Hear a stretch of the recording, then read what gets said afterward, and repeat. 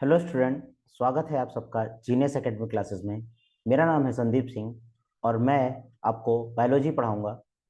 Last videos में मैंने muscles के बारे में बताया था। तीन टाइप्स के मसल्स के बारे में हम लोग ने पढ़ा था।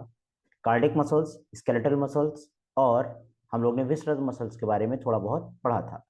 आज का टॉपिक जो रहेगा वो है रहेगा स्केलेटल मसल्स के बारे में, स्ट्रक्चर के बारे में। और हम जानेंगे कि मायोफाइब्रिल्स क्या होते हैं, फिलामेंट्स क्या होते हैं, मसल सेल्स क्या होती हैं और एक मसल्स का क्या क्या फंक्शन होता है उसके बारे में हम जानेंगे। तो चलिए स्टार्ट करते हैं वीडियो को। देखिए आपके सामने यहाँ पर एक डायग्राम बना हुआ है। टॉपिक का नाम है स्ट्रक्चर ऑफ स्केलेटल मसल्स। ठीक है। अगर हम एक मसल्स को देख रहे हैं, सपोज दैट अगर हम एक मसल्स को देख रहे हैं, तो अगर इस तरह से एक मसल को देख रहे हैं, ये एक मसल है और ये बीच वाला जो पोर्शन है इसे हम क्या कहेंगे? मसल बेली। मसल बेली कहेंगे। और ये आपके टेंडन है और ये भी आपका टेंडन है। ठीक है। ये इंसर्शनल टेंडन है, रीजन है, सॉरी, इंसर्शनल रीजन है। और ये कैसा है? फिक्स रीजन है जो अटैच रहता है बोन्स पे। ठीक है। किसी मसल्स के दो रीजन पाए जाते हैं, एक इंसर्शनल रीजन पाया जाता है, दूसरा आपका फिक्स रीजन पाया जाता है। ठीक है। तो ये कुछ आपके सामने एक टेंडन वाला रीजन है, इसे हम क्या बोलेंगे? टेंडन। क्या बना है? टेंडन। और टेंडन में ही बेसिकली हम मसल्स के बारे में पढ़ेंगे। टेंडन से आगे बढ़ेंगे तो मसल्स को हम लोग डिस्क्रिमिनेट करेंगे। ये अगर उसके ऊपर वाली लेयर, ये सपोज डैट आप समझ रहे हो, जैसे केला है, केले के ऊपर छिलका होता है, छिलके को उतारो तो उसके अंदर वाला जो पोर्शन दिखेगा। तो उसी तरह से जो सबसे बाहर वाली लेयर है जिसे छिलका कहेंगे, छिलके को आउटर लेयर, जैसे ये क्या है? उसकी आउटर लेयर है मसल्स की। सपोज डैट आप मान लीजिए हम लोग ने रुमाल लिया है, रुमाल में हम ढेर सारे पेन ले रहे हैं और उसको बंद कर दे रहे हैं, तो जो रुमाल होगी उसकी आउटर लेयर होगी। और आउटर वाले लेयर को हम लोग क्या बोलते हैं? इपीमाइसियम। क्या बोलेंगे इसको? इपीमाइसियम। इसको क्या बोलेंगे हम लोग? इपीमाइसियम बोलेंगे। ठीक है। तो ये आउटर लेयर जो है इसे हम एपीमाइसियम कहेंगे। और ये सेकेंड लेयर जो यहाँ पर ये देखने को मिल रहा है, ये जो यहाँ पर ये अंदर वाला पोर्शन है, इसे हम कहेंगे पेरीमाइसियम। पेरीमाइसियम। ठीक है। पेरीमाइसियम। और इनको जो बांध के रखता है एपीमाइसियम को, सारे जो एपीमाइसियम है, सॉरी, इसके बाद ये आपका पेरीमाइसियम है जो आपका आउटर लेयर, ये है आउटर है। और ये आपका मिडिल लेयर है पेरीमाइसियम। और यहाँ पर ये जो स्ट्रक्चर दिख रहा है इसको हम बोलते हैं फेसाइकल। ठीक है। फेसाइकिल। ढेर सारे फेसाइकिल जो हैं वो साथ में जुड़ जाते हैं। और ढेर सारे फेसाइकिल, ये सारे के सारे क्या हैं? फेसाइकिल हैं। ये जितने भी बने हैं आपके, ये एक दो तीन चार पाँच छः, ये सारे के सारे क्या हैं? सारे फेसाइकिल्स हैं। इन फेसाइकिल्स को अगर हम बांध के रखें, इकट्ठा जो रखा गया है, बांध के रखा गया है, तो इनको हम कनेक्टिव टिश्यू से बांधते हैं, कोलेजनस कनेक्टिव टिश्यू से। कोलेजनस कनेक्टिव टिश्यू से इनको बांध के रखते हैं। और इस कनेक्टिव टिश्यू की लेयर को क्या कहते हैं? कनेक्टिव टिश्यू की जो लेयर होती है, इस लेयर को हम क्या कहते हैं?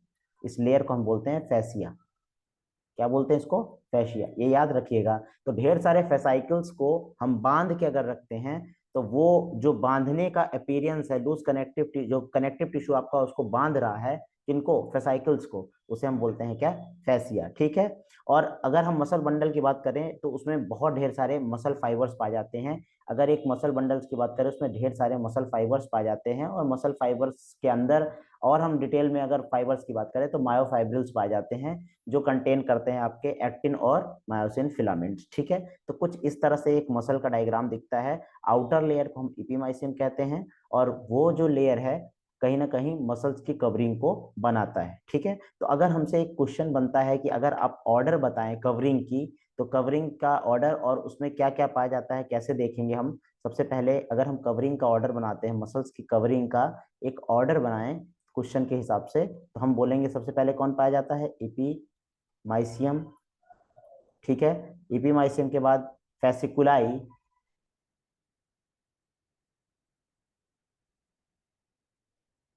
फैसिकुलाई। देन पाया जाता है पेरीमाइसियम। पेरीमाइसियम। और देन आपका पाया जाता है endomysium.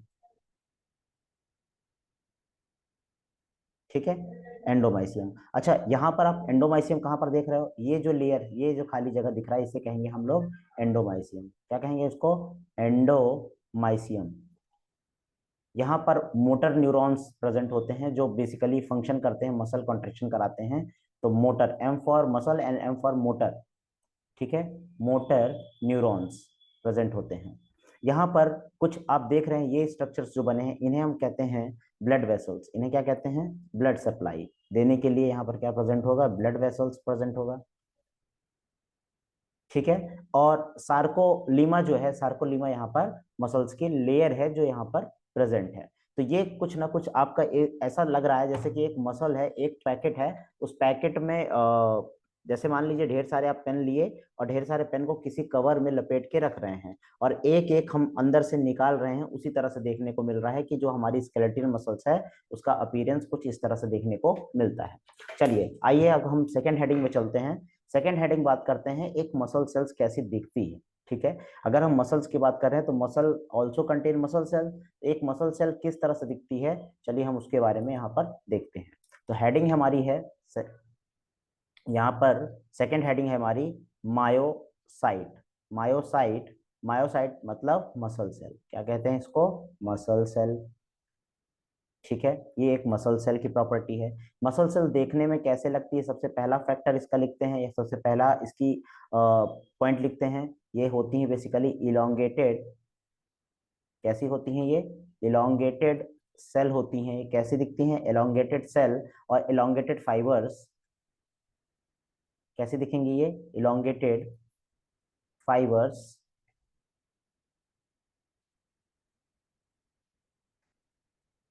elongated fibers like cell, hence called, इन्हीं को हम कहते हैं hence called muscle fibre, muscle fibres. ठीक है, स्ट्रक्चरली अगर हम बात करते हैं ये सिमिलर टू होती हैं, जैसे अगर हम बात करें यूकैरियोटिक सेल्स की तो ये बेसिकली स्ट्रक्चरली सिमिलर ही होती हैं। ठीक है, अगर हम बात करते हैं एक, आप देख लीजिए जैसे कि हम लोग ने अभी बोला था मायोफाइब्रिल्स के बारे में। तो एक मायोफाइब्रिल्स कैसा दिखता है, वो बेसिकली एक रॉड जैसा स्ट्रक्चर दिखता है। अगर हम बात करते हैं, ये मसल सेल्स की बात हो गई। अब मसल सेल्स क्या क्या कंटेन करते हैं, तो मसल सेल्स कंटेन करते हैं, क्या क्या कंटेन करते हैं, अगर एक सेल है, एक नॉर्मल सेल है, उसमें ऑर्गेनल्स भी पाया जाएगा, कवरिंग भी पाई जाएगी और कहीं ना कहीं उसका कुछ ना कुछ अपीयरेंस होगा। तो अगर हम बात करें किसी मसल फाइबर्स में जो मसल सेल्स है उसकी हम बात करें, तो मसल फाइबर को जो लाइनिंग करता है, मसल फाइबर्स ये किससे लाइंड होती हैं, lined by plasma membrane, plasma membrane called, इनको हम कहते क्या हैं, इनको हम कहते हैं सार्कोलेमा। क्या कहते हैं इसको, सार्कोलेमा।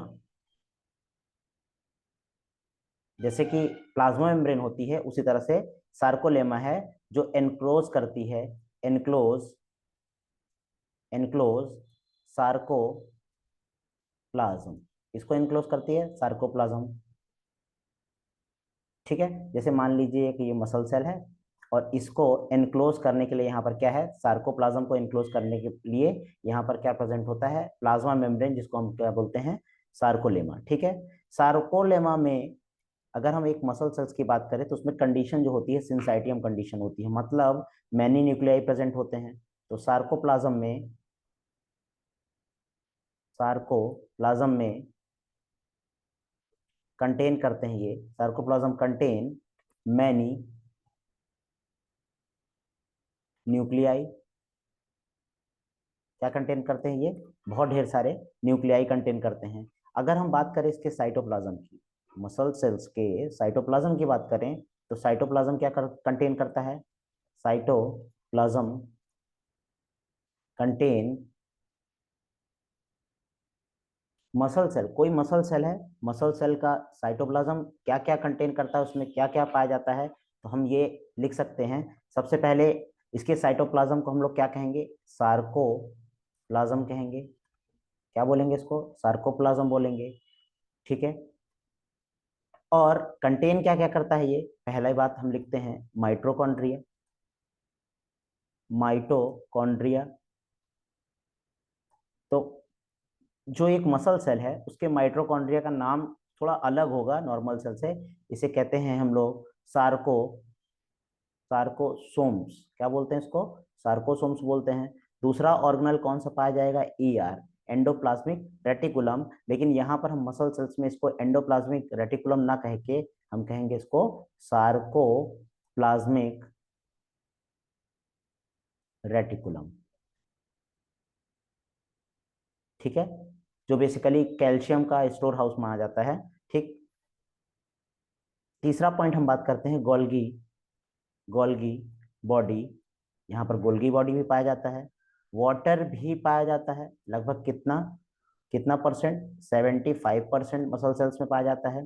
प्रोटीन भी पाए जाते हैं, प्रोटीन भी, जैसे कि हम लोग नाम लिखेंगे अगर प्रोटीन की, मसल सेल्स में कौन कौन सी प्रोटीन पाई जाती हैं, तो मायो एल्बुमिन, मायो एल्बुमिन, मायो एल्बुमिन। दूसरा मायोग्लोबिन, और तीसरा मायोजेन, मायोजेन। और ये मायोजेन जो कि बेसिकली प्लाज्मा में घुली हुई होती है, किसमें, प्लाज्मा में डिजोल्व पाए फॉर्म में पाई जाती है। ठीक है, और क्या पाए जाते हैं, अगर हम बात करते हैं यहाँ पर 5% जो है मिनरल्स भी पाए जाते हैं। क्या पाए जाते हैं, मिनरल्स, 5% मिनरल्स भी पाए जाते हैं। जैसे कि कौन कौन से मिनरल्स पाए जाते हैं, अगर हम बात करते हैं पोटेशियम की, मैग्नीशियम की और कैल्शियम की, ये तीनों जो है मिनरल्स यहाँ पर देखने को मिलते हैं। और कितना परसेंट होता है, 5% होता है। हाई एनर्जी कंपाउंड भी पाए जाते हैं। हाई एनर्जी कंपाउंड का नाम अगर हम बोलते हैं तो उसको हम बोलते हैं क्या, एटीपी, एडेनोसिन ट्राइफॉस्फेट, जो कि हाई एनर्जी कंपाउंड है। एंड क्रिएटिन, और क्या पाया जाता है, क्रिएटिन। ठीक है, क्रिएटिन पाया जाता है, क्रिएटिन फॉस्फेट। ठीक है, क्रिएटिन फॉस्फेट पाया जाता है। स्टोर्ड ग्लाइकोजन भी पाया जाता है यहाँ पर। क्या पाया जाता है, स्टोर्ड ग्लाइकोजन, स्टोर्ड ग्लाइकोजन, जिसका ब्रेक डाउन होगा तो एनर्जी रिलीज होगी और हमारी मसल्स कहीं ना कहीं वहां पर फंक्शन करेंगी। तो ये कुछ एक मसल सेल्स की बात हो गई। अगर हम एक मसल सेल्स को देखा देखा जाए तो कुछ इस तरह से उसकी प्रॉपर्टीज देखने को हमें मिलती हैं। तो मायोसाइट्स की जो जो प्रॉपर्टीज हैं वो मैंने आपके सामने यहाँ पर लिख दी हैं। आशा है आपको समझ में आया होगा। तो हम नेक्स्ट लेक्चर में इसके आगे कंटिन्यू करेंगे। तब तक के लिए धन्यवाद। जुड़े रहें जीनियस एकेडमी क्लासेस से, जिससे आपको इस तरह से शॉर्ट वीडियोस मिलती रहे।